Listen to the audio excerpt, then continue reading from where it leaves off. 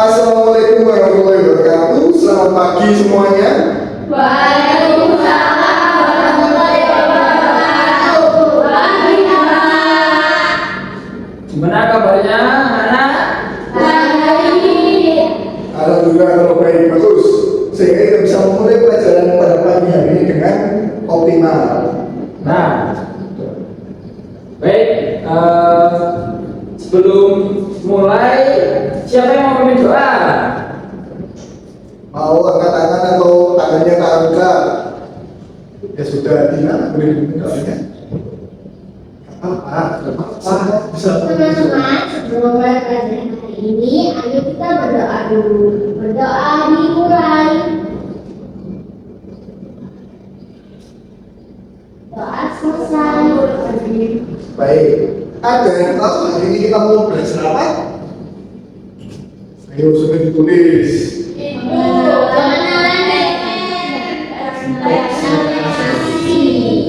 Oke, nah betul. Hari ini kita akan belajar lebih jauh tentang cerpen dan teks narasi. Nah, hari ini kita punya 4 misi utama. Yang pertama itu mengenal apa itu cerpen dan teks narasi. Misi kedua, dari cerpen dan teks narasi, kita harus bisa menemukan tokoh dalam cerita. Tokoh itu apa? Ada yang tahu? Kalau di cerita si kancil, benar. Tokoh itu nggak melulu orang, tokoh itu nggak harus manusia, tapi bisa sesuatu benda yang lain. Terus misi kita yang ketiga adalah menemukan latar cerita. Apa itu latar? Latar itu tempat, waktu atau suasananya. Kemudian terakhir misi terbesar kita adalah membuat peta cerita. Oke, sebelumnya kita cerita dulu. Di sini di rumah ada yang punya buku cerita? Punya misalnya di rumah biasanya buku ceritanya dibaca sendiri atau dibacakan sama orang tua? Dibaca sendiri sama teman-teman. Oh, sudah baca cerita bagus. Kebiasaan membaca itu adalah kebiasaan yang baik, anak-anak. Jadi sebisa mungkin kita harus rajin membaca. Nah, di ceritanya yang dibaca Mbak Risma itu apa? Tentang apa? Apa? Nah, apa? Legenda Danau Toba. Oh, legenda Danau Toba. Kira-kira itu masuk teks narasi nggak ya? Legenda. Masuk apa ya? Masuk kan cerita katanya. Masuk apa? Nah, pintar Isma. Kita masuk ke penjelasan apa itu teks narasi. Nah, teks narasi itu sebenarnya adalah cerita yang menceritakan suatu kejadian secara berurutan. Nah, setiap teks narasi itu harus memiliki beberapa unsur. Yang pertama itu tokohnya siapa? Siapa pelaku dalam cerita? Misal di cerita si kancil itu ada si kancil. Si kancil inilah yang jadi tokoh dari cerita itu. Selanjutnya adalah latar. Misal kita ke bagian si kancil yang mencuri timur. Tentu saja si kancil ini mencuri dari suatu tempat. Gak mungkin tiba-tiba ada timun jatuh dari langit terus dia curi. Dia pasti mengambil dari suatu tempat, yaitu kebunnya para petani. Dan yang terakhir itu ada alurnya seperti apa. Kenapa kok tiba-tiba si kancil ada di sana? Kenapa kok tiba-tiba dia mencuri timun?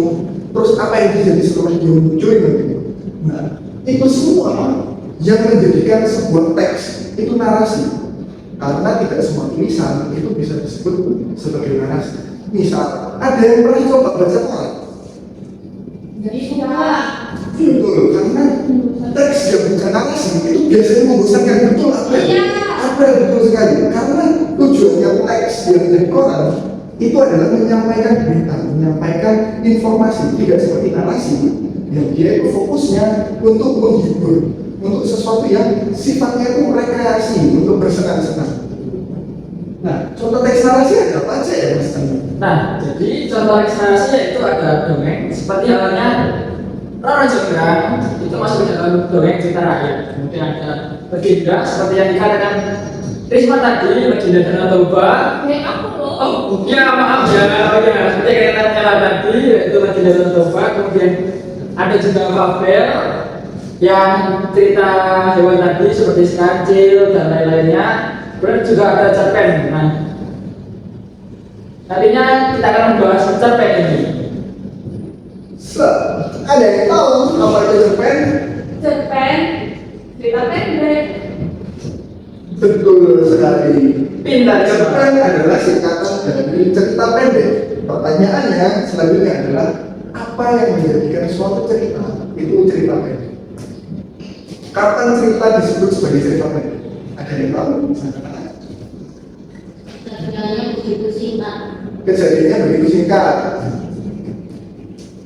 Bisa seperti itu karena kejadian begitu singkat, konfliknya mungkin tidak terlalu besar.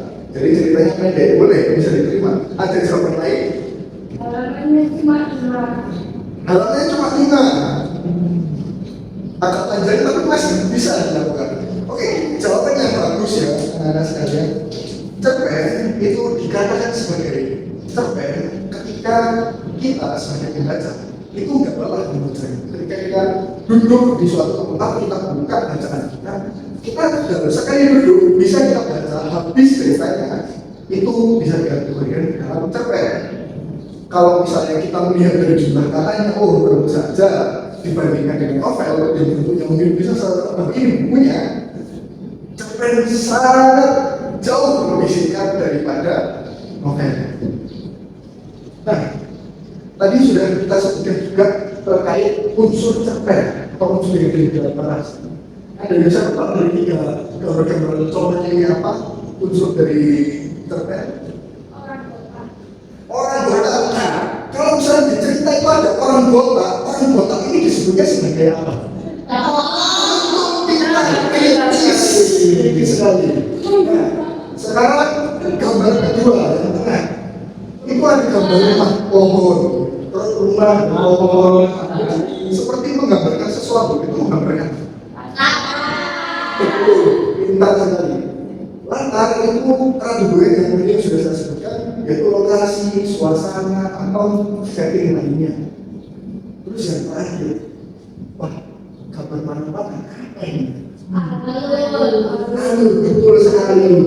Karena sebuah cerita dikatakan sebuah cerita karena dia punya alur yang awalnya di awal cerita ditempatkan sebagai pengenalan karakter, di tengah cerita ditempatkan sebagai konflik, terus di akhir cerita itu sebagai penyelesaian konflik. Jadi unsur utama dari cerpen itu ada 3. Yang pertama apa? Tokoh. Yang kedua? Yang ketiga? Alur. Oke, jadi di sini Bapak punya sedikit cerpen yang sangat pendek juga, yaitu Semut dan Biji Padi. Bisa dibaca? Ada yang mau mewakili Bapak? Oke, Risma. Oh, Ella. Boleh silakan. Maju. Boleh, sana deh, boleh kalau kamu maju. Oke. Semut dan biji padi. Di sebuah ladang yang luas, hiduplah seekor semut kecil bernama Sena. Setiap pagi, Sena selalu bersemangat mengangkut biji-biji padi ke dalam sarangnya untuk persediaan musim hujan.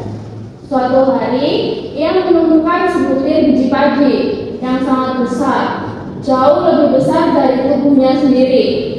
Meskipun teman-temannya meragukan kemampuannya, Sena tidak menyerah. Ia mendorong biji itu sedikit demi sedikit sepanjang hari hingga akhirnya berhasil membawanya pulang sebelum matahari terbenam. Malam itu, para semut lain memuji keberanian dan kesabaran Sena. Selama kita mau berusaha dan tidak mudah menyerah, pekerjaan sebesar apapun pasti bisa selesai, kata Sena sambil tersenyum kepada teman-temannya. Sejak saat itu, Sena menjadi contoh bagi semut-semut muda lainnya di ladang untuk selalu pantang menyerah. Tepuk tangan dulu untuk dari Pak Rela. Terima kasih karena sudah membaca cerpennya dengan sangat baik. Mari kita amati sejenak. Yang pertama, pertanyaan pertama, Di dalam cerita itu tadi ada seekor semut. Siapakah semut itu? Sena. Betul, sangat menyimak kamu Risma. Terus yang kedua, itu ada pertanyaannya saudara, di mana ceritanya itu terjadi? Ladang padi, betul, jangan bagus karena dia menemukan biji padi. Dia di sekitar ladang padi. Ada jawaban lain. Oke, gimana kalau misalnya kalau bilang bahwa ada latar lain, ada tempat lain di mana saya itu berada selain di latar padi?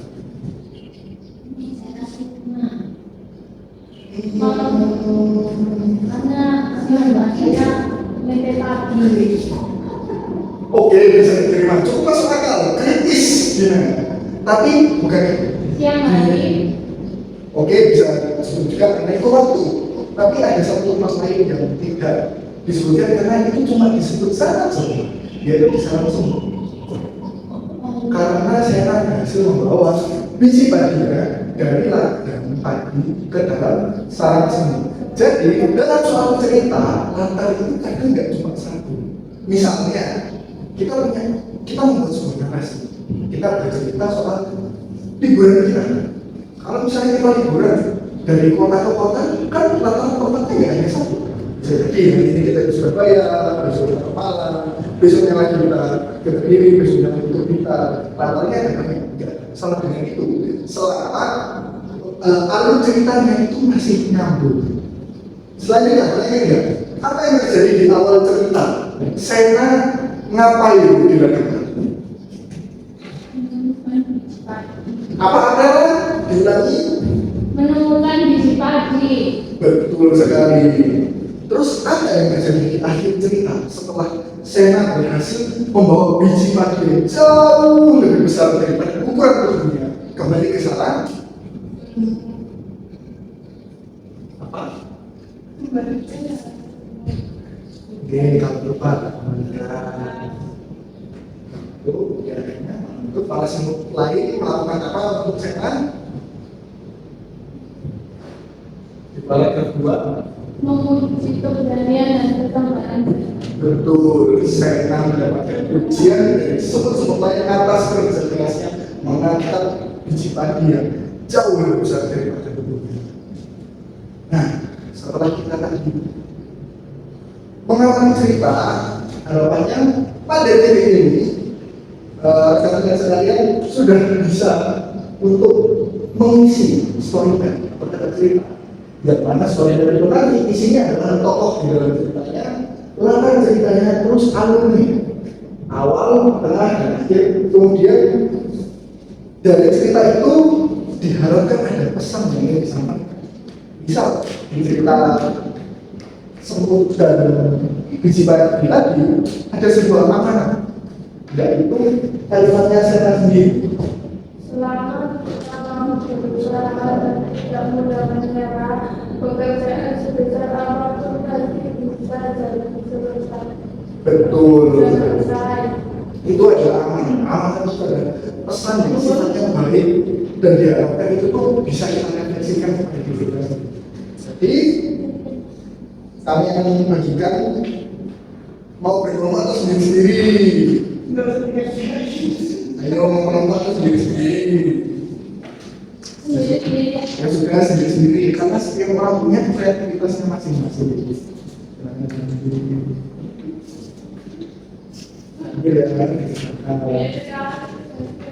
Enggak, cuma 2 lembar.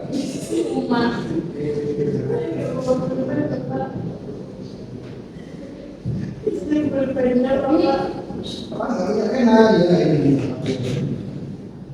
Boleh dikerjakan dulu.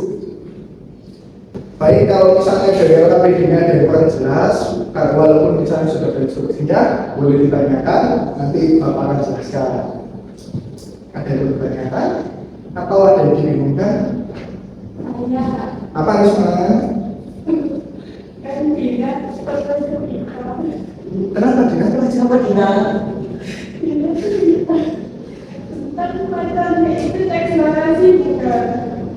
Oh itu teks narasi Risma, karena pasti ada dulu ceritanya seperti apa. ada tokohnya, juga ada latarnya. Iya, adekku udah pacaran. Ya, ini sebaiknya kita perlu tidak masuk ke ranah yang terlalu cepat ya anak-anak sekalian. Jadi kita buat story, kita buat sebuah cerita yang seusia kalian saja. Dari tokoh, pembuatan tokoh apakah ada yang dibingungkan? Tiga dan limanya. Apa yang? Ini berdasarkan cerita yang tadi, Kakak. Enggak, itu, oh iya, LKPD ini itu nantinya akan kita kembangkan sebagai portofolio di akhir pembelajaran. Jadi ini adalah awal mula untuk proyek kita di pertemuan-pertemuan selanjutnya. Gitu. Jadi ini tuh gambaran kasar dari cerita aja. So, hari ini kalian cuma menuliskan tokohnya 1 atau 2. Ternyata besok kita perlu tokoh ke-3, 4, 5 sampai 20. Tidak apa-apa, tulis 2 aja dulu. Karena kepikirannya cuma di rumah.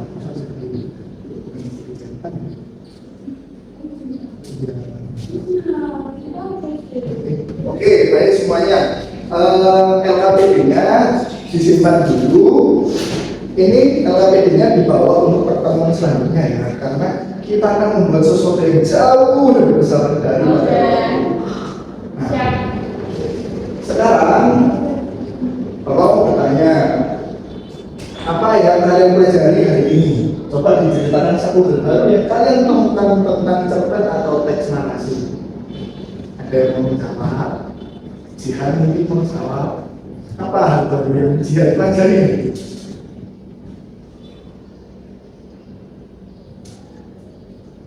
Baik, semuanya untuk LKPD-nya disimpan dulu.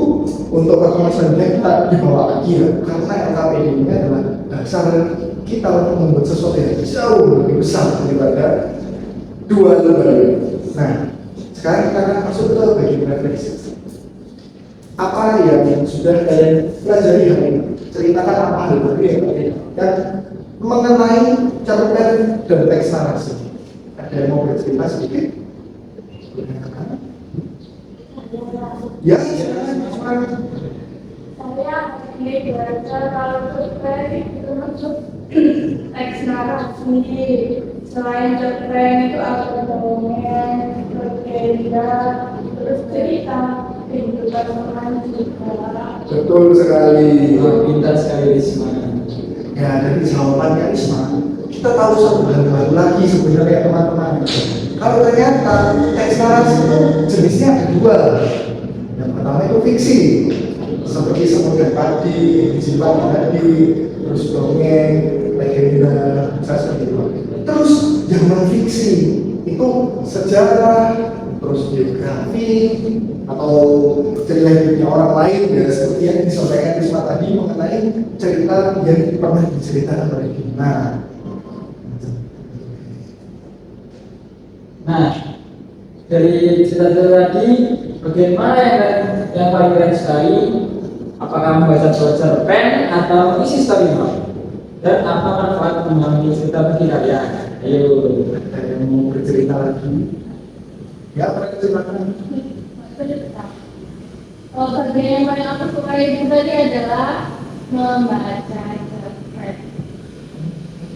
Bagus, itu sebuah kesenangan yang bagus ya, itu awal yang bagus. Karena membaca itu adalah modal yang baik untuk belajar. Nah, sekarang kita masuk ke kesimpulan.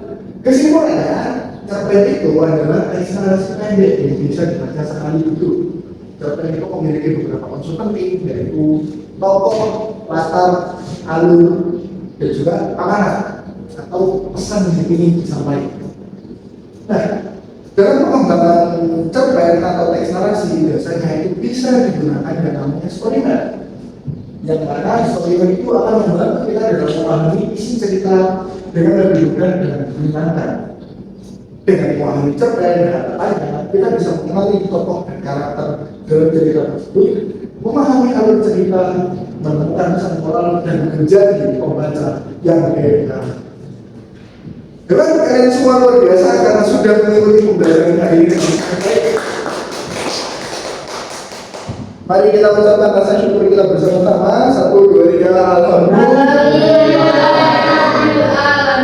Jangan lupa untuk pertemuan selanjutnya LKP di bawah dan siapkan kreativitas terbaik kalian karena kita akan mulai mendesain sesuatu yang jauh lebih besar dari LKP hari ini. Untuk itu sebelum kita mengakhiri pembelajaran pada pagi hari ini, marilah kita berdoa. Ada yang mau memimpin doa sebelum kita mulai. Semakin cepat semakin baik karena kalian pasti juga ini. Siapa? Siapa? Boleh bikin doa? Ya silakan. Ya, teman-teman, sebelum kita pulang, alangkah baiknya kita berdoa terlebih dahulu agar kita selamat sampai rumah. Berdoa sesuai Muhammad Yesaya dimulai. Berdoa dicukupkan. Terima kasih karena sudah memimpin doa. Kalau begitu, kelas kami akhiri. Kurang lebihnya mohon maaf. Wassalamualaikum warahmatullahi wabarakatuh. Terima kasih. Waalaikumsalam warahmatullahi wabarakatuh. Oke, sampai jumpa di pertemuan selanjutnya. Terima kasih.